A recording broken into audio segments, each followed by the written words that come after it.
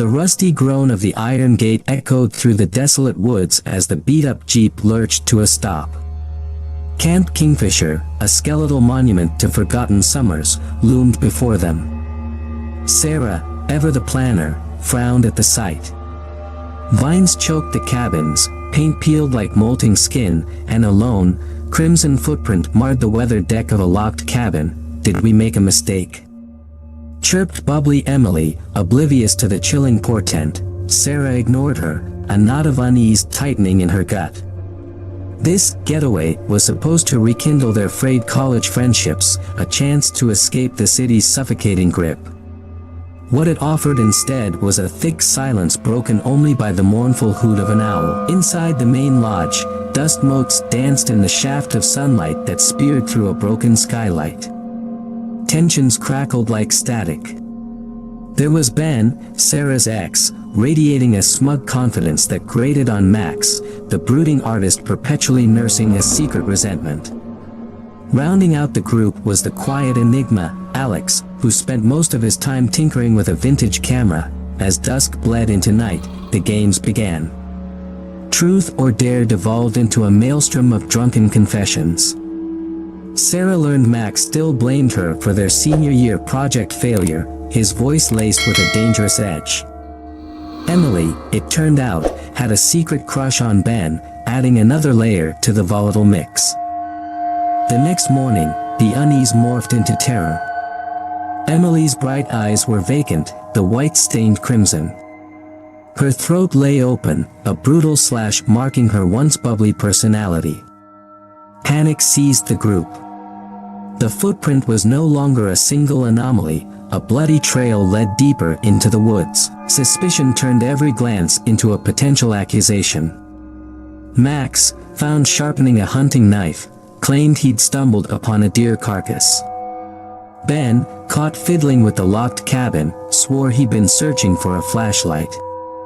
Alex, eerily calm, documented everything with his camera, his gaze lingering a little too long on Sarah's tear-streaked face. The night that followed was a symphony of fear. Sarah woke to a blood-curdling scream. It was Max, dangling from the rafters, intestines spilling from a gaping chest wound. The scene was staged, a grotesque puppet show meant to further fracture their sanity. The remaining three barricaded themselves in the main lodge. Sarah, fueled by grief and adrenaline, hatched a desperate plan. She lured the killer, a figure cloaked in darkness, into a final confrontation. The fight was a brutal ballet of desperation and savagery. The killer, wielding a rusty camp axe, proved stronger, disarming Sarah with a sickening snap of her wrist. Just as the axe fell, Alex lunged. The camera he carried wasn't just a vintage curiosity, it was a cleverly disguised crossbow. The bolt found its mark, sending the killer crashing to the floorboards. As the dust settled, a horrifying truth emerged. The bloody footprints belonged to the camp's caretaker, a man rumored to have been fired for inappropriate behavior years ago. He'd been living in the woods ever since, fueled by a twisted nostalgia for the camp's past and a murderous desire to recreate it, using Sarah and her friends as his unwitting playthings. Relief mingled with a chilling nausea. The nightmare was over, but the scars, physical and emotional, would forever bind them to Camp Kingfisher, a place where their laughter had been silenced, replaced by the echoes of a madman's twisted game. The crossbow bolt protruded from the caretaker's chest, a grotesque ornament. But before Sarah could even process the twisted tableau, the man's eyes snapped open. A low, guttural growl escaped his throat, a sound that promised more torment than death. Panic jolted through Sarah. The wound wasn't enough. This wasn't a clean kill. This was something far worse. The caretaker lunged, a skeletal hand reaching for Sarah's throat. In a desperate move, she grabbed a broken shard of mirror from the shattered remains of a coffee table. The ensuing struggle was a whirlwind of thrashing limbs and bone-jarring screams. Sarah, fueled by a primal urge to survive, plunged the shard deep into the caretaker's eye. A wet squelch resonated as the glass shattered, followed by a blood-curdling shriek. The man recoiled, clutching his face, momentarily stunned. Sarah didn't waste the chance. Scrambling towards the fallen axe, a sickly metallic tang filled the air. She snatched it up, the weight familiar and heavy in her trembling hands. The caretaker turned, a single, mangled eye glowing with a feral hatred. He lunged again, a grotesque parody of a man. This time, Sarah was ready. With a scream that mirrored the caretaker's own, she brought the axe down in a brutal arc. It connected with a sickening thud, splitting his skull in two. Crimson gore splattered across the floorboards, the smell of iron thick in the already fetid air. The impact sent the man crashing back, his body twitching spasmodically. But even as his movement stilled, Sarah wasn't sure it was over. The woods outside seemed to hold their breath, waiting. After what felt like an eternity, silence descended, broken only by Sarah's ragged gasps. Exhaustion crashed over her like a tidal wave. Her body ached in 1,000 places, the metallic tang of blood coating her tongue. Yet, there was no time to rest. She stumbled towards Alex, whose face was a pale mask under the grime. Is he? Alex's voice trailed off, unable to voice the question. Sarah simply nodded, too traumatized to speak. Relief flickered in Alex's eyes, but it was quickly replaced by a chilling realization: the others. His voice a choked whisper, a cold dread settled in Sarah's gut. They hadn't checked on Ben. The accusation that lingered thick in the air, had Ben escaped, or had he? Together, they crept towards the cabin where they'd last seen him. The sight that greeted them was a tableau of unimaginable horror. Max's body, or what remained of it, hung grotesquely suspended from the rafters, the initial wound having given way to a canvas of further mutilation. The walls were decorated with macabre artistry, a chilling testament to the caretaker's depravity. And Ben was nowhere to be seen. A fresh wave of terror slammed into Sarah. Had Ben escaped the caretaker's clutches, or had he become another twisted addition to the madman's gallery of carnage? With a sick certainty, they knew they had to find out. The search that followed was a descent into a nightmare. Each decaying cabin yielded a new gruesome discovery, a severed limb here, a pile of ripped clothes there. Every rustle of leaves, every snap of a twig sent shivers down their spines. Finally, they stumbled upon a hidden cellar beneath the main lodge. The air hung thick with a suffocating stench of decay. A single, flickering lantern revealed a macabre workshop.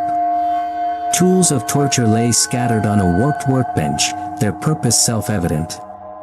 But it was the central figure that truly froze their blood. Ben was strapped to a makeshift operating table, his body contorted at unnatural angles. His skin was stretched taut, pale and glistening. And etched into his flesh, in crude, jagged letters, were the words, "The final performance." The revelation struck them both like a physical blow. The caretaker wasn't just a murderer, he was a twisted artist, intent on creating his final masterpiece with them as his unwilling subjects. A sudden movement from the table jolted them from their horrified stupor. Ben, his eyes glazed and vacant, let out a low, guttural moan. The caretaker's final act wasn't death, it was a fate far worse, a twisted transformation into another grotesque puppet for his bloody play.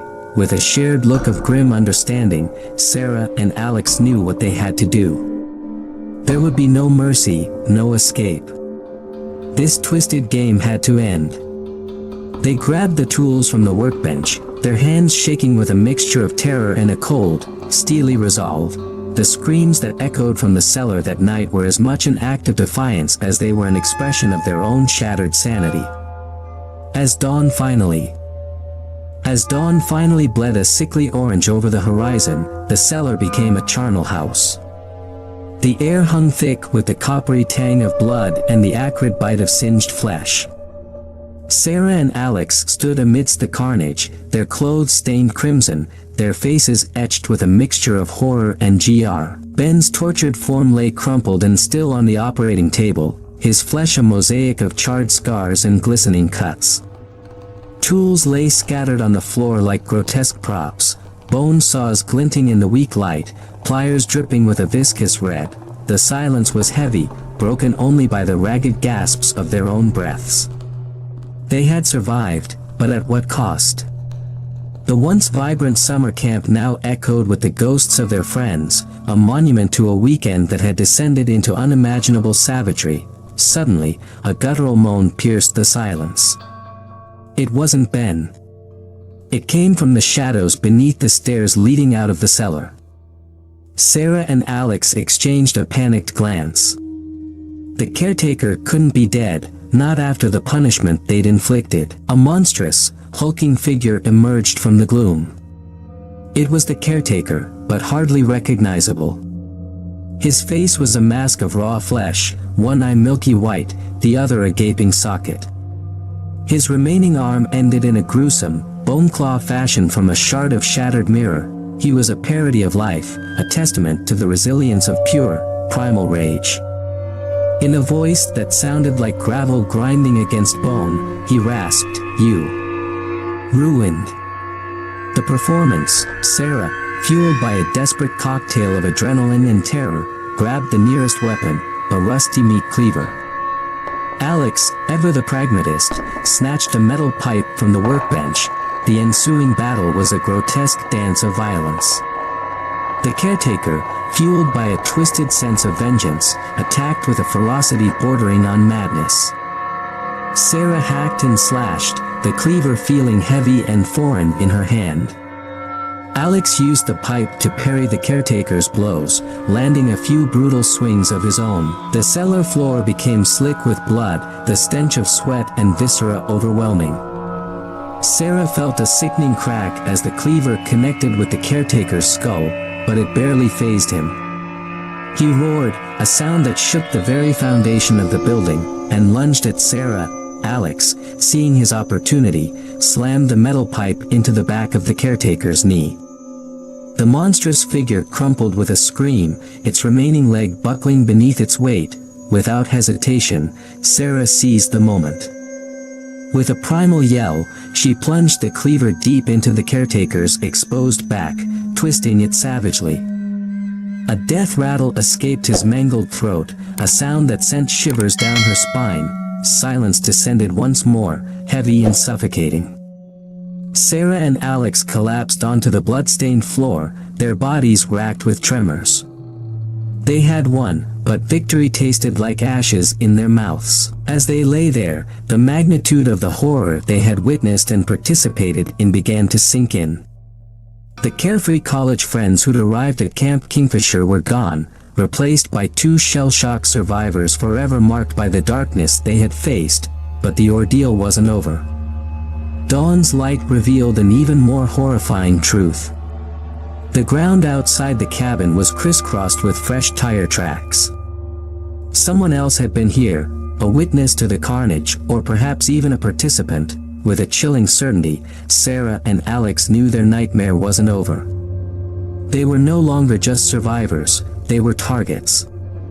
The escape from Camp Kingfisher would be a desperate fight for their lives, a race against time to find the person who had orchestrated this entire horrific game. The tire tracks led deeper into the woods, a cruel taunt etched into the damp earth. Sarah and Alex, their bodies a symphony of aches and their minds fractured kaleidoscopes of trauma, knew they had no choice but to follow. The thought of another human being lurking in the shadows, a possible mastermind behind the caretaker's depravity, filled them with a cold dread that eclipsed even the physical pain. The woods were silent, broken only by the rasping gasps of their breaths. Each rustle of leaves, each snap of a twig, sent chills down their spines. They moved like wraiths, weapons clutched tight, Sarah's cleaver slick with dried blood, Alex's pipe dented and heavy. Then, a glint of metal in the distance. A glinting chrome trailer nestled amongst the decaying trees, smoke curling from its rusted chimney. A flicker of morbid hope warred with a gnawing fear. Could this be their escape, or their final destination? As they crept closer, the sounds of a generator humming and a distorted voice emanating from a cracked speaker sent shivers down Sarah's spine. The voice, reedy and manic, rasped about the grand finale, perfect specimens, and a masterpiece worthy of the audience. Adrenaline flooded Sarah's system, momentarily pushing back the crushing despair. They weren't alone. This wasn't some random act of violence. There was a plan, a sick spectacle for a deranged audience. They burst through the trailer door, the stale air thick with the metallic tang of blood and something far more disturbing, a cloying sweetness that turned Sarah's stomach. Inside, a horrifying panorama unfolded. Walls were plastered with gruesome photographs, snapshots of their arrival, their exploration of the cabins, their descent into terror. In the center of the trailer, a massive projector hummed, its lens trained on a makeshift stage. On the stage, strapped to a gurney with his eyes wide with terror, was Ben. But Ben wasn't the only one. Another figure lay beside him, unconscious, their body a canvas of fresh wounds. It was Emily, her bubbly personality a distant memory replaced by a mask of fear. Behind the projector, hunched over a cluttered control panel, sat a figure cloaked in darkness. As Sarah and Alex charged forward, a cruel laugh filled the trailer, a sound that promised unspeakable pain. The figure spun around, a grotesque parody of a human being. Stitches marred his face, a testament to botched surgeries and a twisted obsession with preserving perfection. His eyes, cold and calculating, held a glint of maniacal glee. "Ah, the final act," he rasped, his voice a sickening rasp. The defiance. The struggle. It will be magnificent. The fight that ensued was a ballet of savagery. Sarah and Alex, fueled by a desperate rage, fought with the ferocity of cornered animals. The trailer, cramped and filled with twisted tools, became a battlefield. But their attacker, fueled by a warped sense of purpose, refused to back down. He grabbed a scalpel from his workbench and lunged at Sarah, burying it deep in her shoulder. Sarah screamed, a raw, animalistic sound, but the pain only fueled her rage. With a surge of adrenaline, she grabbed the scalpel still embedded in her flesh and twisted it, driving it deeper into the man's chest. He roared, a sound that cut through the cacophony of the fight, and toppled backwards, knocking over a canister of flammable liquid. The trailer erupted in flames, an inferno consuming everything in its path. Sarah and Alex stumbled out, coughing and gasping for breath, their bodies racked with pain but alive. As the flames danced across the night sky, they watched Ben and Emily, miraculously still alive, crawl free from the wreckage. Their escape was a blur. They stumbled through the woods, guided by the light of the burning trailer, the horrifying screams echoing behind them until they were swallowed by the darkness. Dawn found them collapsed on the shore of the lake, the reflection of the charred remains of Camp Kingfisher mocking them in the still water. They had escaped the inferno, but they knew they could never escape the memories.